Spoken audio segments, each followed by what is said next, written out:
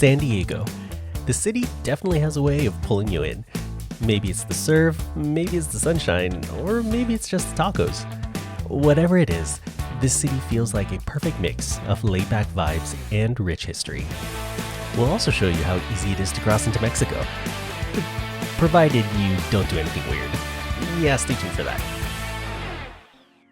Every city has its vibe. San Diego, it welcomes you with the sun on your shoulders and the ocean at your feet. It's where California begins for a lot of people. For us, it started with a drive down the I-15 from the Inland Empire, chasing coastline and craving seafood. If you're flying into Los Angeles from abroad, don't sleep on San Diego. It's just a couple hours south, and in a lot of ways, it feels more relaxed, and in my opinion, I think it's a little more authentic.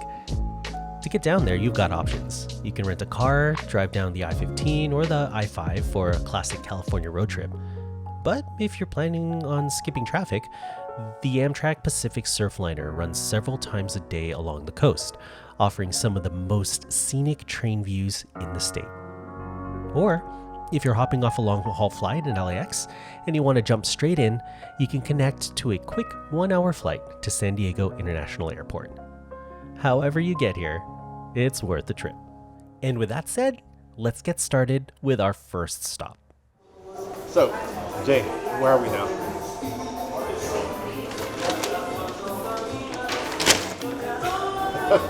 This place is a local legend, famous for their smoked fish tortas. No frills, just flavor. Oh yeah, man. What I say earlier, Mexican food and like songs like music, this, yep. take me back to The bangers, you said. my grandma twinning Oh, yeah. on Saturdays. Yeah. Oh my god. It's like a nice balance of fish and meat. It takes a special place to make a great torta because I find some of the best tortas at lunch trucks in LA. Yeah. Construction sites, random streets in downtown LA, Alameda, Santa Fe. It doesn't really take much to make a torta. You just need to have good ingredients. You know, you need to make sure you have good guac. You know, guac is bomb. There's beans in here. As long as it's fresh, this is really good. It's up there. Or with your fish tacos. I think the fish taco's good. The flavor of it's good. I tried it without the sauce in it. Yeah. But again, comparing it to LA, I like this, but I'm not sold on it being better The best. than LA. Or Well, better. not, yeah. Probably top 5, sure. I think this is top 5. Yeah. There's a spot in like Redondo called Ensenadas. Baja? Tacos Baja? Yes. Yeah, that place is one, bomb. that for fish They tacos? make some bomb. Yeah. Exactly. So I'm comparing it to that, and that's my bar right now. Are you good at Taco Bell? Then I would have walked there. With lunch out of the way, it was time to quench our thirst. And there's no better place to do that in San Diego than a brewery. Ballast Point in Little Italy. Founded in the mid-1990s by a group of home brewers, it became one of San Diego's most iconic craft breweries. Ballast Point helped define the West Coast IPA scene, gaining national attention with their Sculpin IPA. Their tasting room in Little Italy sits in a former historic warehouse district turned foodie haven. San Diego now boasts over 150 breweries, but this one helped put the city on the map for beer lovers. We figured we'd put Jonathan to the test with a blind taste test.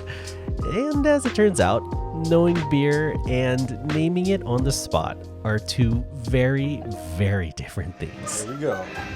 Close your eyes, close your eyes. Here's the first one. Okay. I don't even... Actually, it's not very pungent or...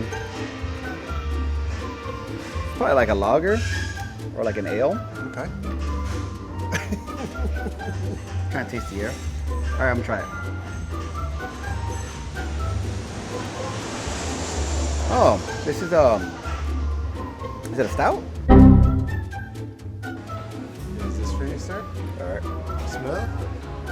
Like a blonde? I'm going with the Pilsner.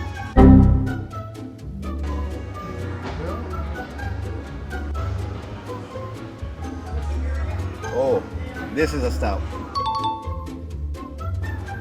Can I go back? The first one is not a stout. That one was an ale. There you go. And out. Last one. I guess either a saison or like a really, really like hoppy IPA. Go with an IPA. All right. Cheers. Well done. Cheers. You got one right. No, 0 right. Just kidding. stout. I got the stout right. Yes, that's true. That's true. Cheers. From Little Italy, we made our way over to Liberty Station, one of San Diego's most unique redevelopments. What used to be a military hub is now a community gathering spot. Liberty Station is more than a trendy public space or a great place to grab a bite. Before the boutiques and breweries, this was the Naval Training Center San Diego. Opened in 1923, it trained over 1 million recruits until its closure in 1997. After decommissioning, it was transformed into a cultural district, keeping much of its Spanish colonial revival architecture intact. Today, it's home to art galleries, performance spaces, restaurants, and local shops. But for me, it does mean a little bit more. This is where my uncle trained when he joined the US Navy from the Philippines. Because of him, my family is in the United States. He used to tell me stories about this place, about drill commands echoing off of the barracks, and how nervous he felt stepping onto American soil for the first time. Years later, after he was diagnosed with cancer, we brought him back to Liberty Station. We recreated some of the photos from his training days, frame by frame. Well, you can come out. Brian, that's building 35 there. That's where I stood. Right there, in front of that, where my group stood to take a picture when we finished our school. That's the stairs we took our picture.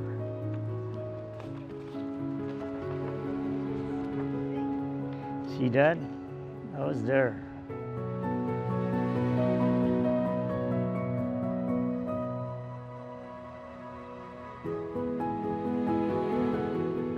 Yep, this is the same spot where I stood 55 years ago.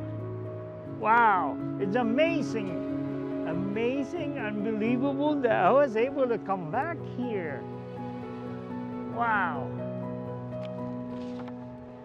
8 weeks boot camp, and then you go to school after that. I think it was 2 months.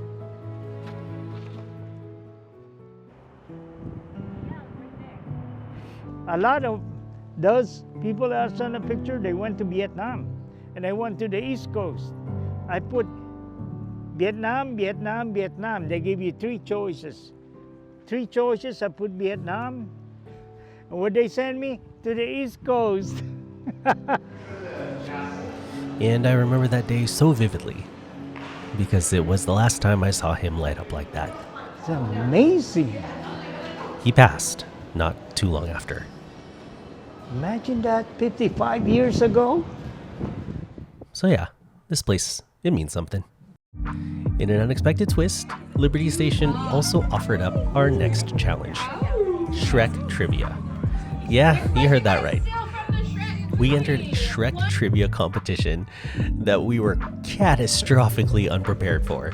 Thank God for Google. We might have gotten one answer right on our own, but the collective memory of the internet came through. We stopped keeping track of our score after a while. From Shrek, what animal? And who would have thought that losing badly at trivia actually works up an appetite? And that brought us to downtown, to the Gaslamp District, for a slice of redemption. Prince Street Pizza in the Gaslamp District was our reward for surviving trivia shame. Known for their thick, square-cut Sicilian slices and spicy pepperoni cups, Prince Street started in New York City and quickly gained a cult following. When they opened in San Diego, locals and transplants alike lined up for a taste of East Coast nostalgia. Get that slurp. Dude, I can eat this all day. It's like sweet, salty, and savory. Yeah. This is solid. I'm eager to try the original one too, though. Compared to all the pizzas you tried. Oh, that's hard to say. What is their top pizza? One of the top pizzas is that place in Brooklyn that you recommended. Wait, Grimaldi's? you been there? Yeah. To be honest? You told me about it. Oh, nice. I went there, yeah. I freaking trekked. So, two things. One, make sure your first cam op charges his batteries. And two, make sure your second cam op presses record. Also, this is the pizza spot that Eric recommended in Brooklyn. If you know the name of this place or you have your own pizza recommendation, shout it out in the comments down below. Anyway, where were we? Yeah. With full stomachs and that competitive blood still coursing through our veins, we walked a few blocks over to Punch Bowl Social, where the games never stop. Punch Bowl Social blends food, arcade, and bar into one big grown-up playground. Housed in the former Coliseum Athletic Club, a nod to the boxing history of downtown, this place is a modern-day coliseum of casual competition. We went back and forth with table tennis until our arms fell off, and in true Eric fashion, he naturally destroyed the basketball arcade high score. Again.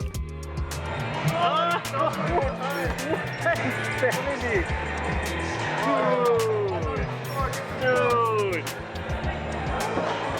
What?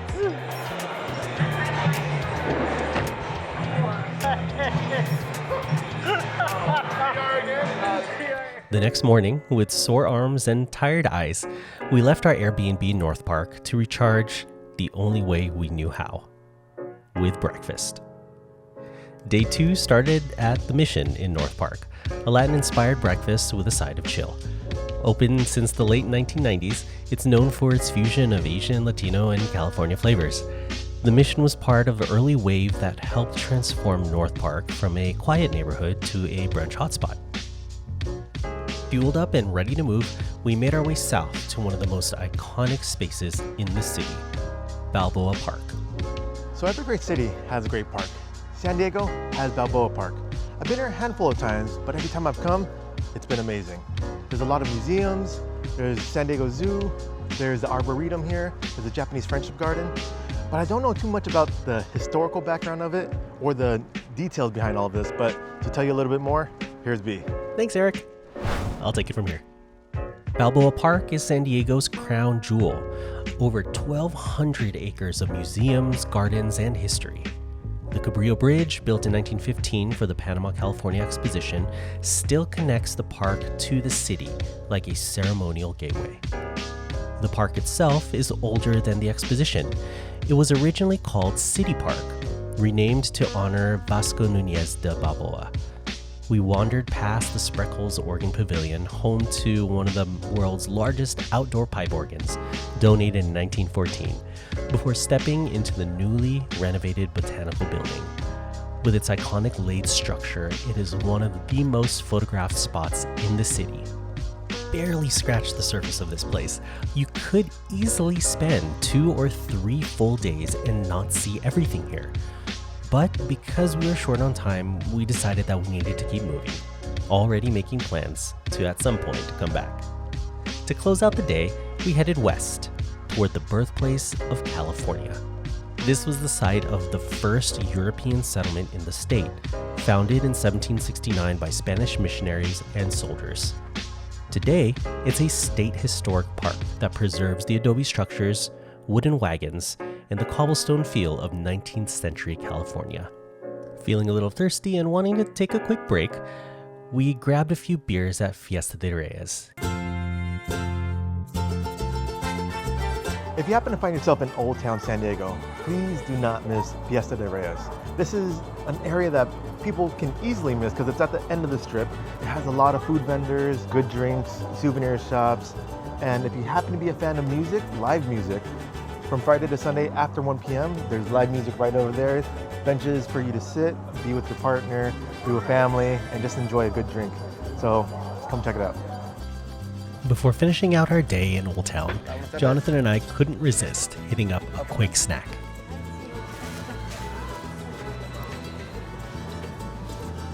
¿Recién hechas?